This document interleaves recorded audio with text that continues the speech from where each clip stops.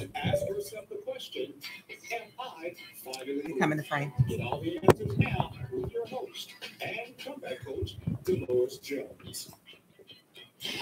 Well. Hello. I'm Delores Jones, your comeback coach, and you're listening to Finally Free. My job and my role is to help move you beyond labels, limitations, and low self-esteem, so you're free to be powerful, successful, and unstoppable. It's been a minute, but I'm back in the big seats. And so I'm also streaming live right now on the Fly Nubian Queen Network. And my Facebook followers are also joining me. We do this every Tuesday and Thursday from the studio here at Power 98.5 KUAW here in Kansas City. So I'm welcoming all of you from all over the world now. We're on YouTube. We're on Facebook. We're on, well, hopefully not America's Most Wanted, but I have my good friend back too. Let me see. Oh, Gerald. There it is. Gerald Payne is with me. He is a psychotherapist. Now, listen. Social worker. And so, and clinical. So, oh my God, he has skills, everybody. What is it? Okay. So what we're going to do is we're going to dive into mental health and suicide. The title of this particular show is The Bomb Going Off Inside My Head. And the best way to describe someone dealing with depression or fighting to stay alive and making the decision to commit suicide is like a bomb going off inside of your head. And I don't say that because somebody told me that. I say that because I've lived that. And we understand that Black women commit suicide. We understand Black men commit suicide. We also understand Black children are committing suicide. This is just astounding. Some of the numbers are, you know what I mean? Just, oh my goodness. So today I want to kind of just give us a few tips and takeaways on how to deal with this. So you all know that Kate Spade committed suicide. And then who is the chef? The celebrity chef. Yeah. I'm trying to, there it is. Bourdain. Yes. Anthony Bourdain. Is that how you say it? So then he committed suicide. So what we need to know last week, and last week was also Kate's on a Tuesday. Yeah. And then he ended the week like that. But here's the thing right now, because it's happening in Hollywood, it's like at the forefront, but that doesn't mean that it doesn't exist. The challenge is it exists, and it really exists in the Black community, but we don't talk about it. And imagine a bomb going off in the side of your head. It's like, I want you to do me a favor. I'm going to illustrate this on the show, Gerald. So This is what I need you to do. I'm ready. I'm going to start talking, and then I want you to just kind of start saying things while I'm talking. Okay. To create what goes on in somebody's head, but I want you to say negative things. Auditory hallucination. Yes, but I want you to say negative things as I'm speaking. Okay. Okay, I just want to get up. Negative hallucination. Yes, in my head. Right. Okay. So I'm up now, I'm brushing my teeth, and I'm getting ready for the talk show and action. And I'm getting ready for the talk show, and I know that I can do this because, oh my God. Okay, wait a minute. My body is hurting. Okay, Lord, if I can just get out of the bed to the bathroom. God, please help me. Please help me get from my bed, Lord, to the bathroom, Lord. That's all I want to do is go to the bathroom. Why are you even still alive? Why are you even still alive? You know what? The way out, you need to just end it. You need to just end it. End it all. It's never going to go right anyway. And you're ridiculous. Now, that's just a taste of what happens inside somebody's head who is struggling with hallucinations. Yes. Who is struggling with depression. Yes. If you start feeling worthless. Yes. When depression reaches a level of severity where a person crosses over into psychotic features and they have those auditory hallucinations.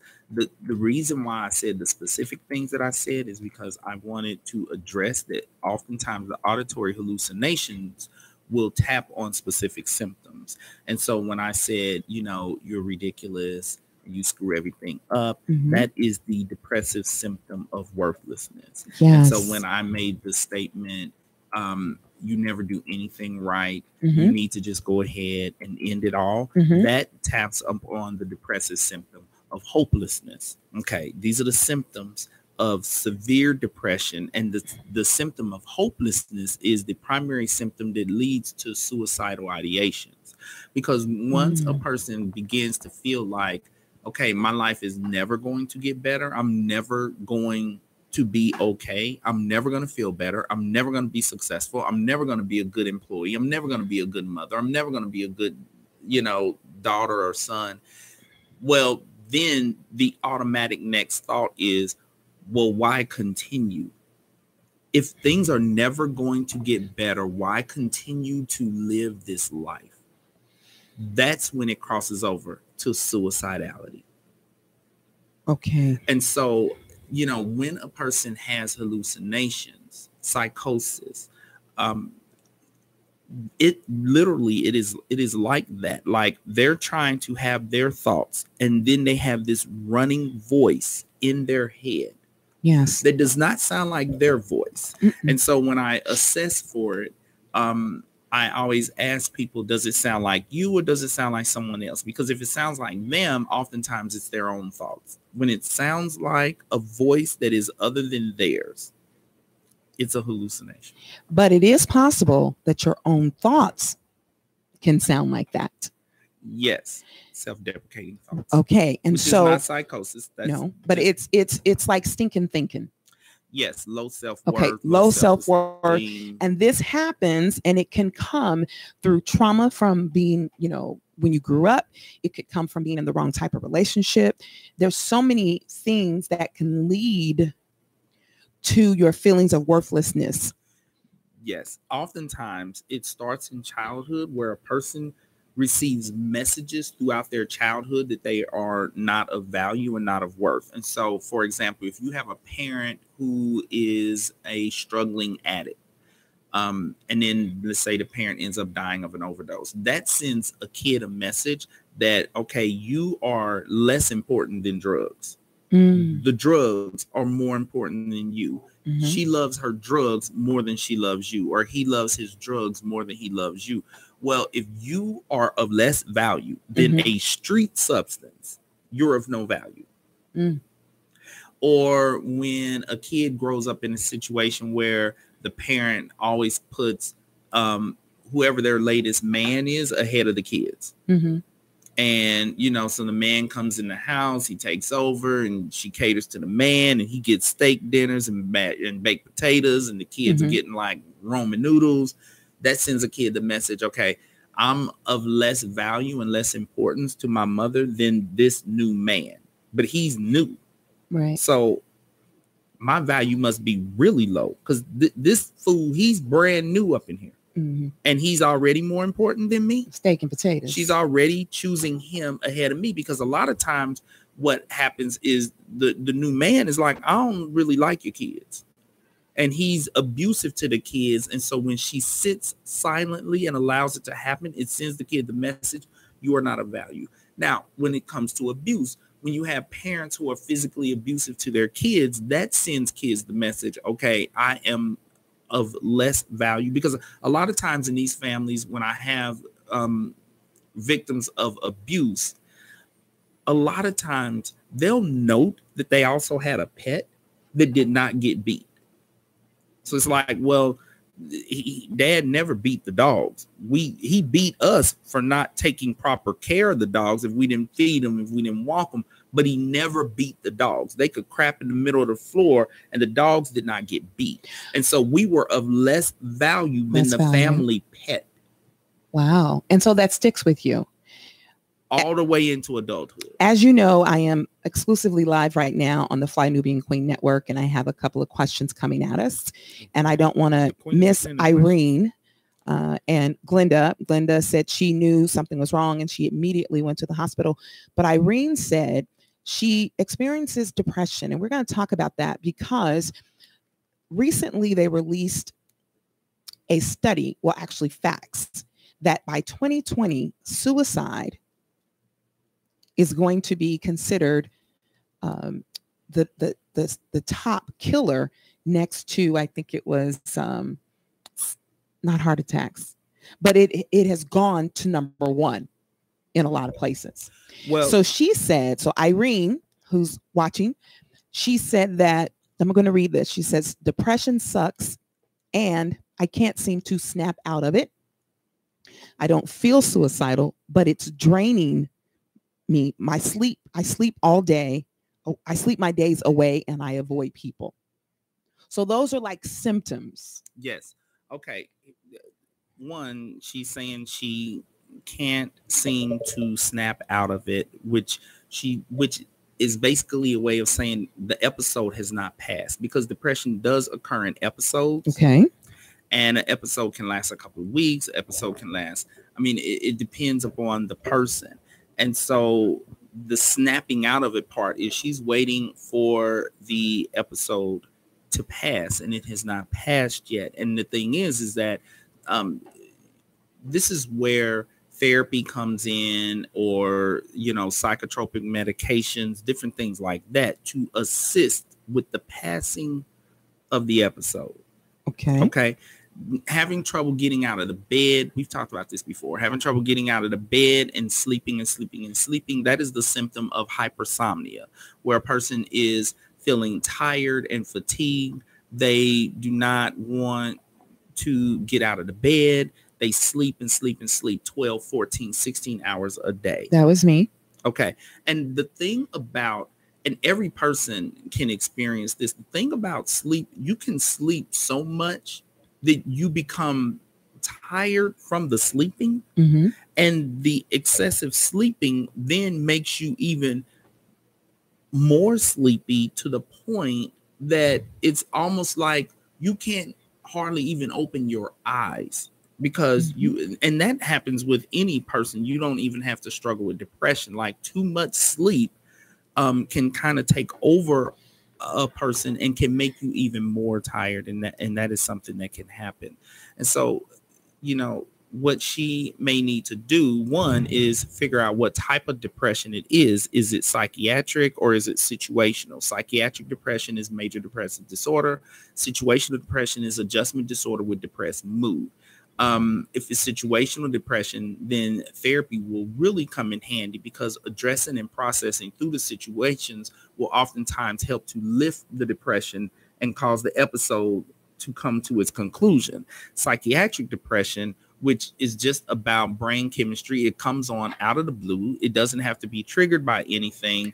And so therapy can be helpful in those cases to help a person cognitively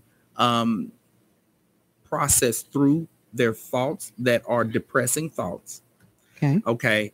And then the medication assists with just, hey, we need to readjust the chemicals in the brain to move things forward. Here's the thing that I wanted to say about, because you said that suicidal is going to get to a point where it's the number one killer. Well, here it is. It says, hold on. Depression will be the second leading cause of death. Okay, because recent studies have shown that depression has increased across the entire country in every single state except Nevada by 25%. Say so that the again? Suicide rates have skyrocketed, and it's becoming, which this part is a little unfortunate, it's becoming more public because of the celebrities that are committing suicide. Speaking of celebrities, let's talk Jada Pinkett Smith. In U.S. Magazine, this is recent, about 33 minutes ago. Is recent. The headline reads, and let me make sure I'm saying this correctly. The headline reads, Jada Pinkett Smith reveals she considered suicide often. Okay. She had an emotional message about her well-being in a tribute to the late Kate Spade and Anthony Bourdain, both of whom recently died from suicides. And this is what she said, I quote, "One thing I've learned in my life over the years is that mental health is something we should practice daily, not just when issues arise." She put this on her Twitter account on Monday. "We should take care of our mind and spirit in the same way we take care of our body." She said that the deaths of Spade and Bourdain brought up feelings of when she was in such despair and had considered the same demise often. She said, "In the years I spent towards my healing many moons ago, I realized the mind and heart can be extremely delicate without the foundation of a formidable spirit." Okay, so here we have Jada. The interesting thing is, like Kate, she struggled with it.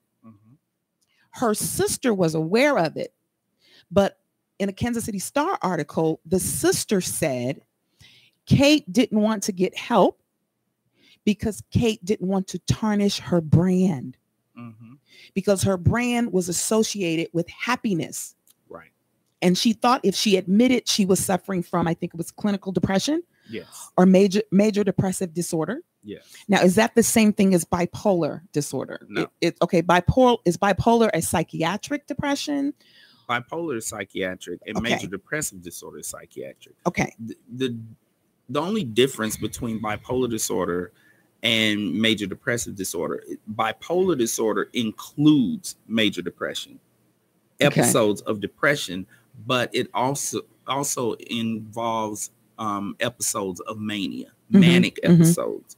And so if a person only has depressive episodes, that's major depressive disorder. If they have depressive episodes and manic episodes, that's bipolar. Okay. So Mariah Carey talked about bipolar 2. And then I came on and admitted that I also received the same diagnosis. Okay. Which is hypomanic episodes. And you have hypomanic episodes are brief manic episodes that last about 4 days.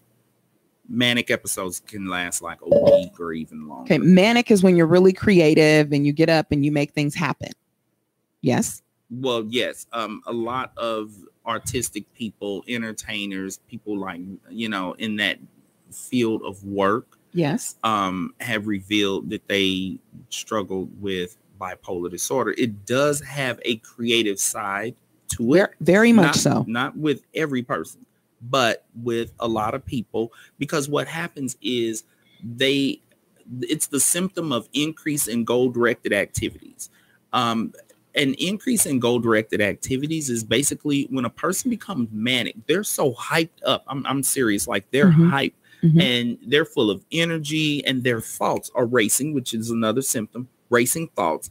And oftentimes when people are manic, they just come up with all sorts of bright ideas, new ideas, ways to make money, ways to expand this. Oh, I'm going to do this. Oh, I'm going to do that. Yes. Now, most of these ideas do not come to fruition. Because they move on to the next idea. So they might start an idea, but then another idea pops into their head midstream. So they go in that direction and they go in this direction. But there is the creative side to it. Can we go back to the ideas pop in your head? Because that's what happens to me often. I'll say, I'm going to write a book. I'm going to do this on YouTube. Oh my God. While I'm in the sauna, I'll be like, oh my God, I got to write this down. And then because I have what they call, quote, a bipolar brain, because remember you said it's internal. It's not necessarily situational. It's psychiatric. Right. So I have to take medication in order to balance things out, because the opposite of coming up with all of these wonderful ideas is the fact if I don't focus, it won't get finished. Right. And then when it doesn't get finished, now I go into depression. Right. Because the lack of focus, yes, poor concentration is a symptom in manic episodes and depressive episodes. And so a person can have a really great idea, but because their focus and their concentration is so poor, they, end up getting distracted from that idea by another idea. Now, here's the thing, and I always say this because I don't want the listeners to be like, well, wait a minute, I come up with bright ideas, so now I'm bipolar. No. Some people are just creative people. Mm-hmm. Okay, so being a creative person does not mean that you have bipolar disorder. Like, oh my God, I come up with lots of ideas, so they're saying I'm bipolar. No. This is just one symptom. Mm-hmm. Okay, you also have to take a look at all the other symptoms of bipolar disorder. Give us some of those. Some of the more unpleasant symptoms. Like? The irritability, the explosive anger, just that emotional lability, which is the rapid mood swings. They can be in a good mood one minute, and then the next minute they're, angry, and then they're sad, and they're crying, and then they're stressed, and, self-deprecating thoughts, and, all these different things. Okay, so you have that, you have the racing thoughts, you have the poor concentration. There are other symptoms that come into play. Being able to stay awake and this is something that Mariah talked about, is being so hyped up. Yes. That they can stay up for like days at a time. Yeah. I don't have that just symptom. Running on that. It's like adrenaline. It's like adrenaline, but at the same time. So here's the thing that we need to note when we're talking about depression. And my guest today is Gerald Payne. He is a psychotherapist and he is a clinical social worker. He counsels people. He assesses them. Do you diagnose as well? Yes. Based on your assessment? Yes. Using the DSM-4. You have to assess. Okay. Right. Okay. And so what is important for everyone to understand is that you may not have the same symptoms as I do, but you need to know what symptoms you have, because unlike Mariah Carey, because remember when I reported that story, her nanny called her ex because Mariah put on a gown and a tiara, and she told the nanny to get the kids ready because Michael Jackson, Prince, and Whitney Houston were coming over for dinner. When was that? This happened. They were coming over recently? Yes. Okay. So she had like a break. Yes. So he called the nanny called. See, at that point, Cannon. she was psychotic. Yes. That's a delusion. And so then as the story finally broke, now she had been struggling with this for years. Remember when they said she was suffering from exhaustion? Yes. So, and you were talking to me as we were coming up to the studio, and you said, in Hollywood, we call it suffering from heat exhaustion or exhaustion. Martin Lawrence walking down the street. Okay. Right. Remember that situation? Waving a gun. Right. Okay. And so we need to understand that when you're doing things that are not your normal behavior, and it's abnormal, and it's disrupting the way your life is, and it's disrupting your family. Right. Okay. Or purely delusional, like 3 dead people are coming to dinner. Yeah. Like Michael Jackson. That's a pretty clear sign that something's not going right. But before that, you know how she was categorized as the diva and that she would go off. So then you're talking about that irritability. Yes. Okay. My son brought it to my attention years ago. And here's the thing, ladies and gentlemen. You need to know your family history. Now, I come from a background where my mom had me at 15, but by the time she was 21, she was dead. She had 3 children. I was her only daughter and her eldest. I was 5. My middle brother, Marlon, was 3, and my baby brother, Brandon, was 1. We never talked about it. And then you move forward, and another dear relative that was raising me became addicted to cocaine, crack. So by the time I'm 17, now I'm motherless. Now I'm in a place where the other person is addicted to crack. And now I'm living in an abandoned home. That in itself would give you enough reasons to say, I'm out, I'm done. So I had my plan for suicide. I'm going to walk in front of this moving bus, but then an interruption happened. And that's why I'm doing this show. Okay. Because when you're in that state of mind and you're ruminating over it and you can't stop it, what has to happen is there has to be an interruption. What happens to a person who goes further along with suicide, the interruption doesn't happen and they follow through with it. Now, I told you that 2000, I can give you the date that I spiraled into a dangerous place and I almost died. It was November 20th of 2014. Okay. And I went to see a psychiatrist because I decided I didn't need my medicine anymore. Right. Because in college, I knew I was dealing with depression. And then when I became a mother, my son said, "Mom, you're mean." And I knew I loved him and I needed to understand, why am I snapping out on my son? Now, I never abused him. Okay. I had enough something within me. And we're going to talk about that something, because I would do you a disservice if I said medication alone was the answer.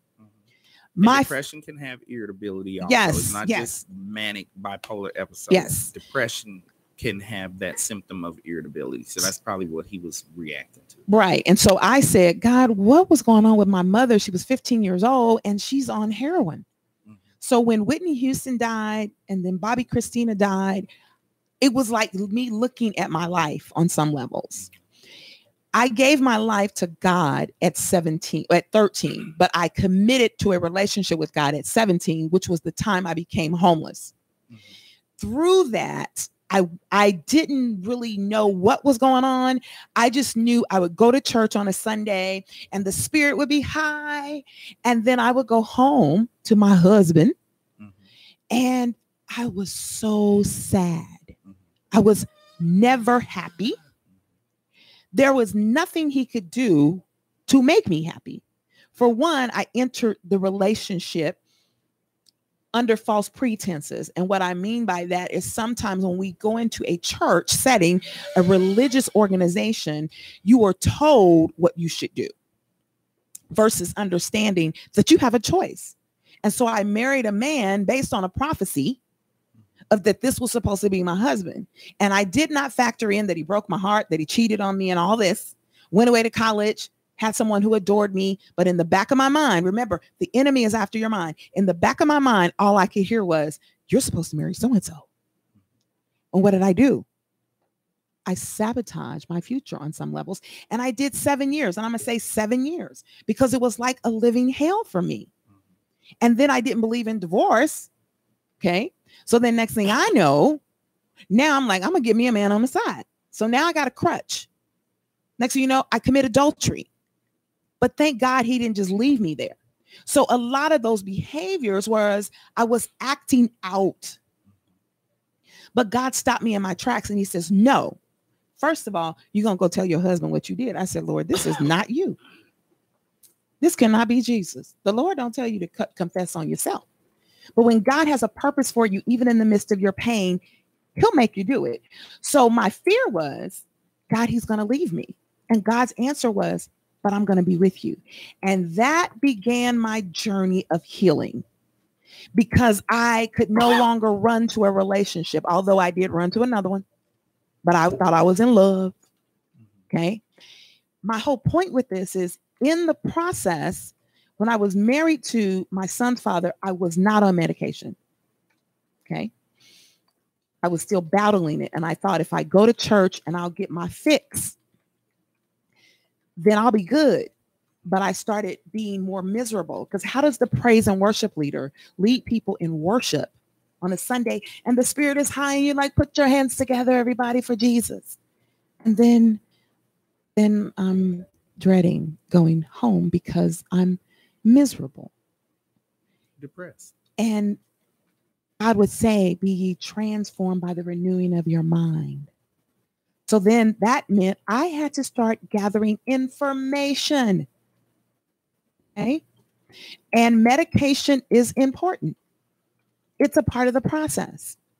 Part of the problem for some African-American people, we grew up in the church and we feel like on some levels, that doesn't apply to me. Or we feel like if I decide to get help, that means I don't believe God. That means I don't have faith. But that's not true. You have to have faith. You have to have faith that there is something that is going to help you. And God says, have faith in me. But also, I want you to talk to a doctor, because he says, my people are destroyed for the lack of knowledge. Right. The only reason today that I am sitting here talking to you all on the radio is because in the midst of me stopping my medication, I heard God say in my spirit, you shall live, Delores, and not die. I didn't want to hear the choir anymore. I didn't want to read my Bible anymore. I'll tell you what book helped save my life, and I'm looking at it here on the website. Black Pain by Terry L. Williams. She wrote this book in 2005.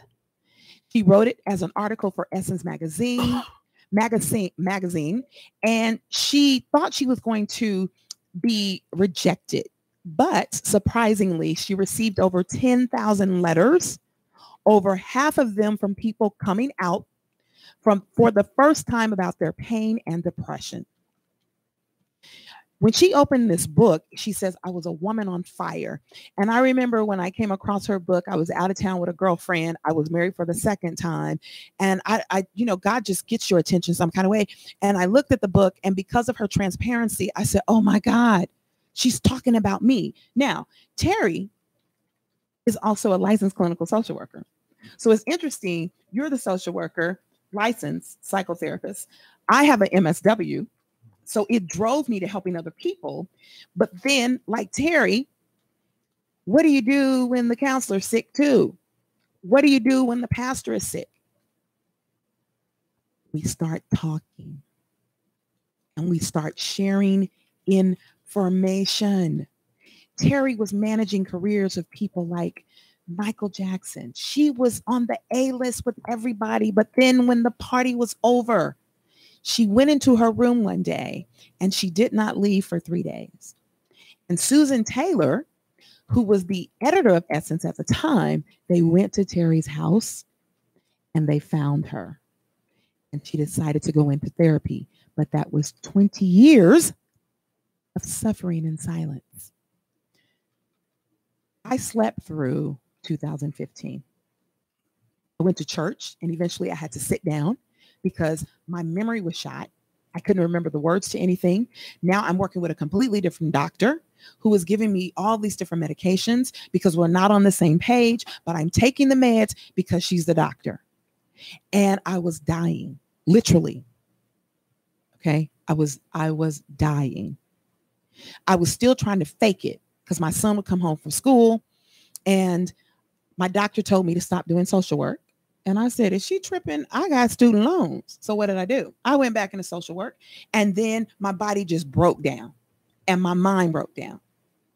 My son said to me, Mom, I'm afraid that I'm going to come home and you're going to be dead. And my response to him was, Ricky, God's not going to let that happen. And I said, God, you're not going to let that happen, right? Now, I thank the Lord every day that in 2015, I didn't have access to a gun. I didn't have a gun in my house because my son would have found me dead. Because how we opened the show this morning where I was talking and you were saying all those harsh things to me. At that time, I'm fighting for my life and all I hear about is you've been divorced 2 times. Look at you. You're not on TV. You're supposed to be some journalist, but look at you. You're in your bed. You're not going to get up. Why even try? Now you got to cancel your appearances on television. You done been to the hospital 6 times. People were seeing me on television in Kansas City for 5 minutes and they thought I was fabulous and fine. And next thing I know, I'm in the hospital and I'm calling the producer and I'm making up stories. Like I got the flu. So then I called her back. I said, I don't think they fixed it all. What, if you call her 6 times, what else? My mama died. Baby, your mama been dead since she was 5. Okay. So I was running out of lies. And finally, it was like I had a come to Jesus meeting with myself. And it was like, Delores, if you don't come off of that television and work on you, you're not going to make it. And so 2015, I came off the air on television as a comeback coach. And I went into my place and I stayed there and I fought for my life in and out of the hospital, on the internet, researching stuff, challenging the doctor's decision. Because sometimes the doctor will say, oh, just take it for a few more days. No, in a few days, I already know if it's working or it's not working. Now, you can speak to that too, being that you diagnose people and then they go see a psychiatrist, right?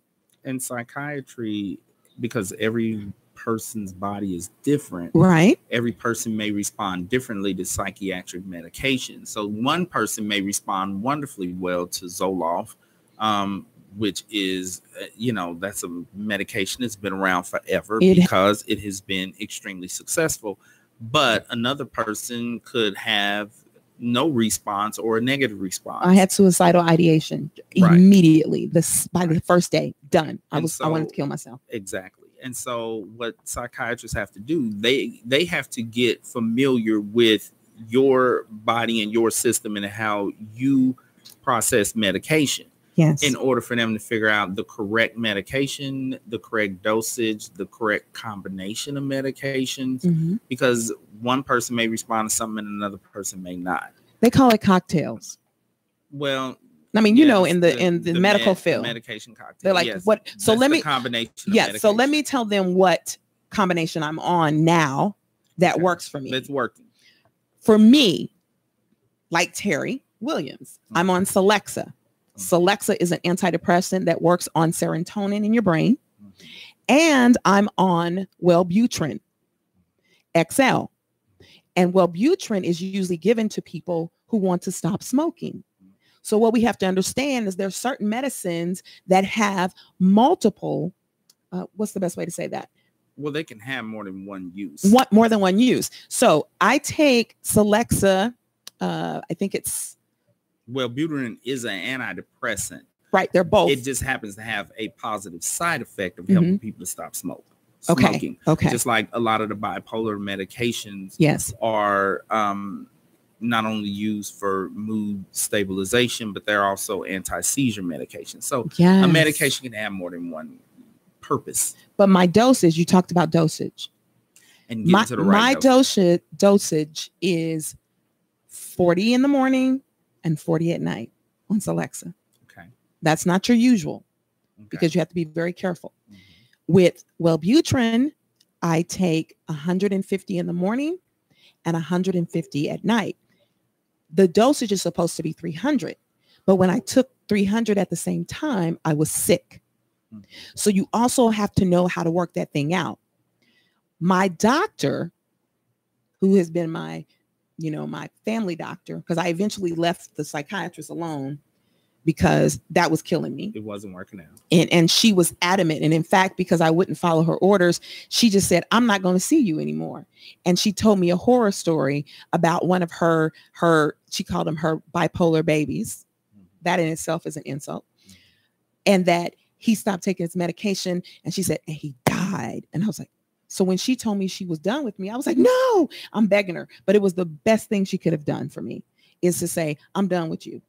Okay. So, but when I went back to my doctor and we had the Celexa and we had the Wellbutrin, she said, well, I want to add olanzapine. Olanzapine is an antipsychotic. I didn't have any psychotic symptoms. What she did is she read an article, a study, and the study said that if you add olanzapine to an antidepressant, it is 10 times more effective. But remember, they did it on a small study of people. When she gave me that, I felt funny and I was picking up 10 pounds every month. So now I'm real depressed because I can't fit my clothes. My feet are swollen. Can't wear my stilettos. It's a side effect. It was horrible. So when I went back to her, she told me she wasn't going to take me off of it because we were going into the holidays. Well, I had enough sense to know I need to go talk to the doctor. Let me go to the pharmacist. And so I asked the pharmacist, how do I titrate? That's the fancy medical term, meaning how do I come off of this slowly? I was on 2 milligrams of olanzapine. I took that small pill that was about the size, half of the size of my pinky fingernail, and I cut it up into 4 pieces. And I took one, and then one day that he said skip until it was completely out of my system.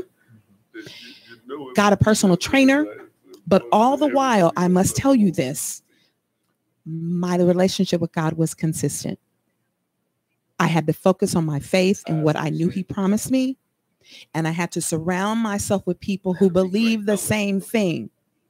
And during the times I got weak while I was recovering, I would spend time with my sister.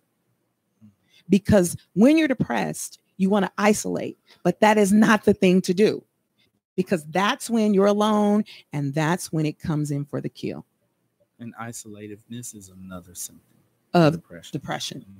Okay, so you're watching and you're listening to Finally Free with me, Delores Jones, your comeback coach. My guest today is my dear friend, Gerald Payne, who is a psychotherapist and a clinical social worker.